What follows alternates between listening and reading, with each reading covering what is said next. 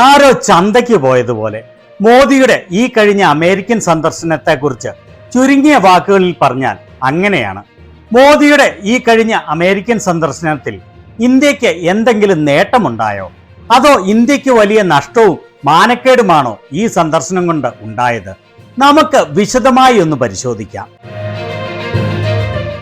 ആദ്യം തന്നെ പറയട്ടെ, ട്രംപ് ക്ഷണിച്ചിട്ടല്ല മോദി അമേരിക്കയിലേക്ക് പോയത്, മറിച്ച് കാണാൻ അപ്പോയിന്റ്മെന്റ് എടുത്ത് പോയതാണ്.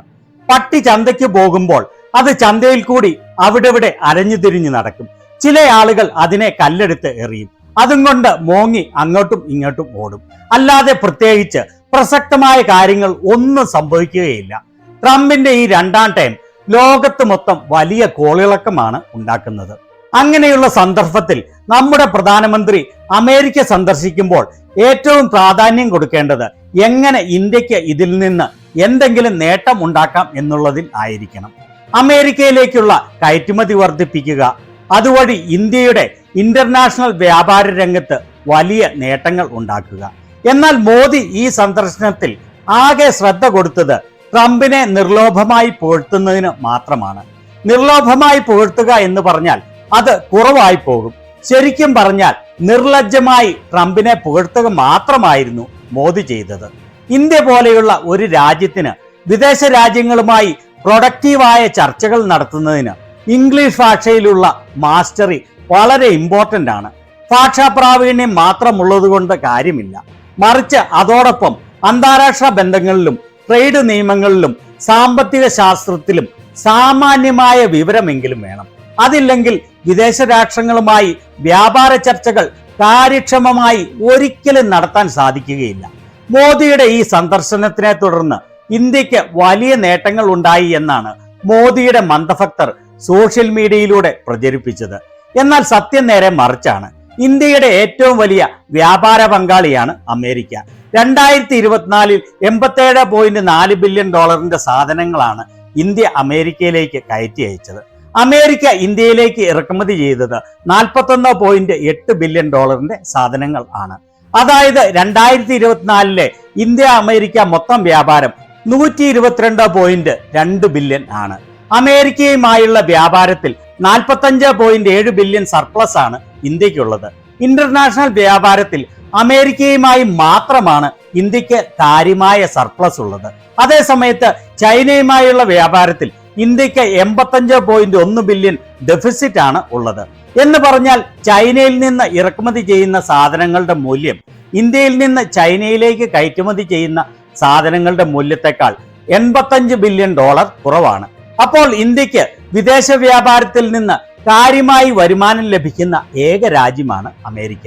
മോദിയുടെ അമേരിക്കൻ സന്ദർശനത്തിൽ മോദിയുടെ ലക്ഷ്യം ട്രംപിനെ പുകഴ്ത്തി പറയുക എന്നത് മാത്രമായിരുന്നു എങ്കിൽ ട്രംപിന്റെ ലക്ഷ്യം ഇന്ത്യയിലേക്കുള്ള കയറ്റുമതി പരമാവധി വർദ്ധിപ്പിച്ച് ഇന്ത്യയുമായുള്ള ട്രേഡ് ഡെഫിസിറ്റ് ഇല്ലാതാക്കുക എന്നുള്ളതായിരുന്നു. അതിനാലാണ് ട്രംപ് മോദിയെ ഭീഷണിപ്പെടുത്തി അമേരിക്കയിൽ നിന്നും F-35 ഫൈറ്റർ ജെറ്റുകളും ക്രൂഡ് ഓയിലും വാങ്ങിക്കണമെന്ന് സമ്മതിപ്പിച്ചത്. ഇവിടെ ട്രംപ് പറയുന്നത് കേട്ടുകൊള്ളൂ. Starting this year, we'll be increasing military sales to India by many billions of dollars. We're also paving the way to ultimately provide India with the F-35 stealth fighters. As we deepen our defense partnership, we'll also strengthen our economic ties and bring greater fairness and reciprocity to our trading relationship. As a signal of good faith, Prime Minister Modi recently announced the reductions to India's unfair, very strong tariffs that limit U.S. access into the Indian market very strongly, and really it's a big problem, I must say. ഈ വർഷം മുതൽ ഇന്ത്യയിലേക്കുള്ള അമേരിക്കയുടെ military sale വളരെയധികം billion വർദ്ധിപ്പിക്കും.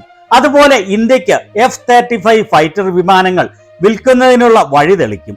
ഇന്ത്യയുമായിട്ടുള്ള വ്യാപാര ബന്ധങ്ങൾ ശക്തമാക്കുന്നതിന്റെ ഭാഗമായി വ്യാപാരം ഫെയർ ആക്കുന്നതിനു വേണ്ടി ഇന്ത്യക്കെതിരെ റെസിപ്രോക്കൽ ടാക്സ് ഏർപ്പെടുത്തും. പരസ്പര വിശ്വാസത്തിന്റെ ഭാഗമായി അമേരിക്കയിൽ നിന്നുള്ള ഇറക്കുമതിക്ക് ചുമത്തിയിരുന്ന അന്യായമായ കുത്തനെയുള്ള നികുതി വെട്ടിക്കുറയ്ക്കുമെന്ന് അടുത്ത കാലത്ത് മോദി പ്രഖ്യാപിച്ചിട്ടുണ്ട്.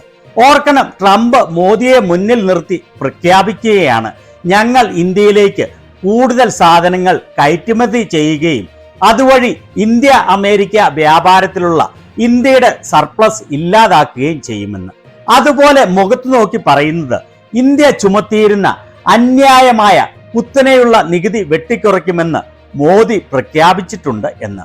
അതുപോലെ ഇന്ത്യ എത്ര നികുതിയാണോ അമേരിക്കയിൽ നിന്നുള്ള ഇറക്കുമതിക്ക് ചാർജ് ചെയ്യുന്നത്, അതേ നികുതി തന്നെ അമേരിക്കയും ചാർജ് ചെയ്യുമെന്ന് മോദിയെ മുൻപിൽ നിർത്തി അമേരിക്കക്കാരുടെ മുന്നിൽ വെച്ച് ഡിക്ലെയർ ചെയ്യുക എന്ന് പറഞ്ഞാൽ എത്ര വലിയ ഇന്റർനാഷണൽ നാണക്കേടാണ് ഇന്ത്യ നേരിട്ടത് എന്ന് ഓർക്കണം. ഇതെല്ലാം കേട്ട് വെറുതെ തലയുമാട്ടി തല കുമ്പിട്ട് നിൽക്കുകയാണ് മോദി. മന്ദഭക്തർ എല്ലാം പറഞ്ഞുകൊണ്ട് നടക്കുന്നത് അമേരിക്ക ഇതുവരെ ആർക്കും കൊടുക്കാത്ത എന്തോ വലിയ സാധനമാണ് F-35 ഫൈറ്റർ ജെറ്റ് എന്നാണ്.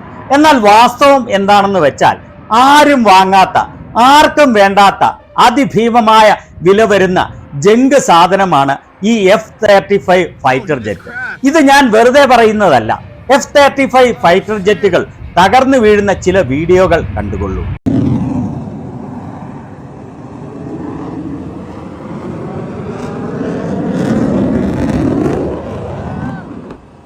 ഇവിടെ ഈ അമേരിക്കൻ മാധ്യമത്തിൽ വന്ന വാർത്ത കണ്ടുകൊള്ളൂ. അമേരിക്കൻ പ്രതിരോധ മന്ത്രാലയം നടത്തിയ പഠനത്തിൽ കണ്ടെത്തിയത് അമേരിക്കയുടെ ഏറ്റവും വിലയേറിയ ആയുധമായ F-35 വിശ്വാസ്യത ഇല്ലാത്തതും സുരക്ഷ ഇല്ലാത്തതും ആണ് എന്ന്.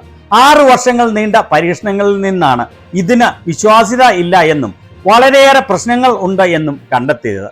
തോക്കുകൾ സ്ഥാപിക്കുക, റിപ്പയർ ചെയ്യുക, സൈബർ സെക്യൂരിറ്റി എന്നിവയ്ക്കൊക്കെ വളരെയേറെ പ്രശ്നങ്ങൾ ഉണ്ട് എന്ന്. എന്തിനേറെ പറയുന്നു, ട്രംപിന്റെ ബഡി ഇലോൺ മസ്ക് ഇതിനെക്കുറിച്ച് പറഞ്ഞ ചില ട്വീറ്റുകൾ കണ്ടാൽ ഇനിയും സംശയമുള്ളവർക്ക് അത് മാറിക്കിട്ടും. ഇവിടെ പറയുന്നത് ഇപ്പോഴും ചില വിഡ്ഢികൾ F-35 പോലെയുള്ള ഫൈറ്റർ ജെറ്റുകൾ ഉണ്ടാക്കുന്നുണ്ട്. ഇനി ഇവിടെ പറഞ്ഞിരിക്കുന്നത് അമേരിക്കയുടെ ചില ആയുധങ്ങൾ വില കൂടുതലാണെങ്കിലും നല്ലതാണ്, പക്ഷേ ദയവായി മിലിറ്ററിയുടെ ചരിത്രത്തിലെ ഏറ്റവും മോശമായ ഒരു ഗുണവുമില്ലാത്ത F-35 ഫൈറ്റർ ജെറ്റുകൾ നിർമ്മിക്കുന്ന പരിപാടി നിർത്തലാക്കണം എന്ന്. ഏതാണ്ട് 1000 കോടി രൂപയോളമാണ് ഓരോ F-35 ജെറ്റിന്റെയും വില. ഒരു മണിക്കൂർ പറക്കുന്നതിന് 28 ലക്ഷം രൂപ ഇതിന് ചെലവ് വരും. 65 പ്രശ്നങ്ങളാണ് ടെസ്റ്റിംഗിൽ ഇതിനുള്ളത് എന്ന് കണ്ടെത്തിയത്. ചുരുക്കി പറഞ്ഞാൽ ആർക്കും വേണ്ടാത്ത ഈ സാധനം ഉപേക്ഷിക്കണം എന്ന് പറഞ്ഞപ്പോൾ ട്രംപ് പറഞ്ഞു ഇത് മേടിക്കാൻ വിവരമില്ലാത്ത ഒരാളെ ഞാൻ കണ്ടെത്തുമെന്ന്. അങ്ങനെ ഇതിന് ചെലവായ തുക തിരിച്ചു പിടിക്കാനുള്ള തന്ത്രമാണ് ട്രംപിൻ്റെത്. ഇനി ഇവിടെ ട്രംപ് തുടർന്ന് പറയുന്നത് കേട്ടുകൊള്ളൂ. India imposes a 30 to 40 to 60 and even 70% tariff on so many of the goods, and in some cases far more than that. And as an example, a 70% tariff on U.S. cars going into India, which makes it pretty much impossible to sell those cars. India 30, 40, 50, 60 പലപ്പോഴും 70% അതിൽ കൂടുതലോ ഇറക്കുമതി ചുങ്കം ഏർപ്പെടുത്തുന്നുണ്ട്. ഒരു ഉദാഹരണം പറയുകയാണെങ്കിൽ American കാറുകൾക്ക് 70% നികുതിയാണ് ചുമത്തുന്നത്. അത് American കാറുകൾ ഇന്ത്യയിൽ വിൽക്കുന്നത് അസാധ്യമാക്കുന്നു. ഇതും കേട്ട് മോദി തലകുനിച്ച് നാണം കെട്ട് നിൽക്കുന്നത് കണ്ടോ? ഒന്നും എതിർത്ത് പറയാനാകാതെ ഇങ്ങനെ നിൽക്കുന്ന മോദിയാണ് ഇന്ത്യയിൽ EDയുടെയും CBIയുടെയും പോലീസിന്റെയും ഇലക്ഷൻ കമ്മീഷന്റെയും കോടതികളുടെയും സഹായത്തിൽ ജനങ്ങളുടെയും പ്രതിപക്ഷ കക്ഷികളുടെയും മേൽ കുതിര കയറുകയും വിശ്വഗുരുവാണ് എന്ന് സ്വയം പ്രഖ്യാപിക്കുകയും ചെയ്യുന്നത്. ഒരു കാര്യം ഓർക്കണം, മോദിക്ക് ആ ചെവിയിൽ വെച്ചിരിക്കുന്ന ഇയർബഡ് വഴി വ്യക്തമായി ഹിന്ദിയിലേക്ക് ട്രാൻസ്ലേറ്റ് ചെയ്താണ് ഇത് കേൾക്കുന്നത്. അതുകൊണ്ട് ട്രംപ് പറഞ്ഞത് മനസ്സിലാകാത്തത് കൊണ്ടല്ല ഇങ്ങനെ തലയും കുനിച്ച് നിൽക്കുന്നത്. ഇനി ഇവിടെ ട്രംപ് പച്ചയ്ക്ക് നുണ പറയുകയാണ്. Today, the U.S. Trade deficit with India is almost $100 billion. ഇപ്പോൾ ഇന്ത്യയുമായുള്ള ട്രേഡ് ഡെഫിസിറ്റ് ഏകദേശം $100 ബില്യൺ ആണ് എന്ന്. വാസ്തവത്തിൽ ഞാൻ മുൻപ് വ്യക്തമായി കാണിച്ചതുപോലെ 46 ബില്യന് താഴെ മാത്രമാണ് ഈ തുക. അതും വെറുതെ കേട്ട് നിൽക്കാൻ മാത്രമേ മോദിക്ക് സാധിക്കുന്നുള്ളൂ. And Prime Minister Modi and I have agreed that we'll begin negotiations to address the long-running disparities in the U.S.-India trading relationship with the goal of signing an agreement. And we want certain level playing field, which we really think we're entitled to. And we can make up the difference very easily with the deficit, with the sale of oil and gas, LNG, of which we have more than anybody in the world. The Prime Minister and I also reached an important agreement on energy that will restore the United States as a leading supplier of oil and gas to India. It will be hopefully their number one supplier. And the groundbreaking development for U.S. nuclear industry. India is also reforming its laws to welcome U.S. nuclear technology, which is at the highest level, into the Indian market. This will bring safe, clean, and affordable electricity to millions of Indians and tens of billions of dollars to the U.S.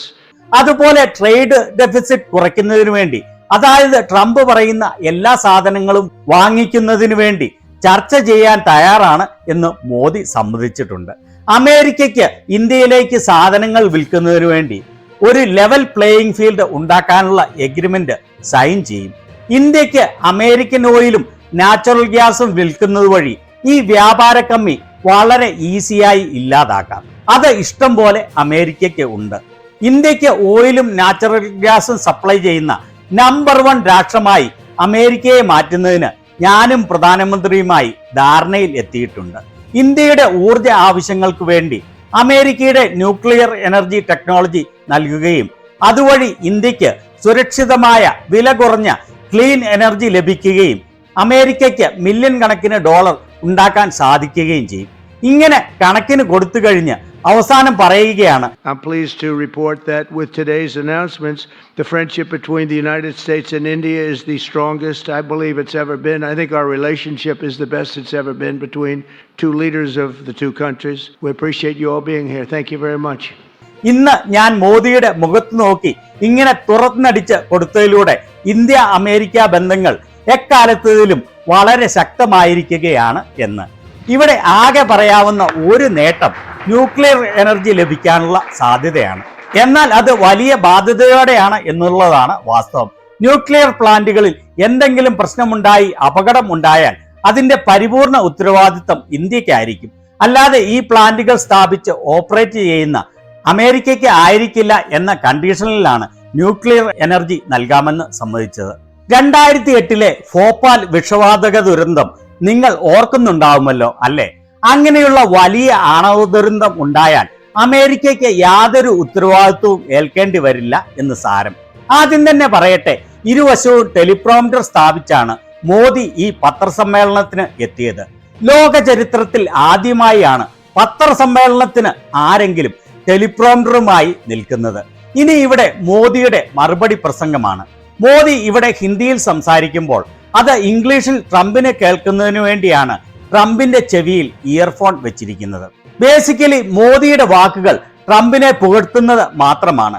നിർലജ്ജമായി ട്രംപിനെ അത്യധികമായി പുകഴ്ത്തുന്ന ഈ വാക്കുകൾ കേട്ടുകൊള്ളൂ. I would like to first of all express my heartfelt gratitude to my dear friend President Trump for the grand welcome and hospitality accorded to me. I could feel today the same enthusiasm, the same energy, the same commitment that we had worked with during our first term. Our discussions today highlighted our pride in our accomplishments during his first term, the deep mutual trust that we share, and also the resolve to attain new goals.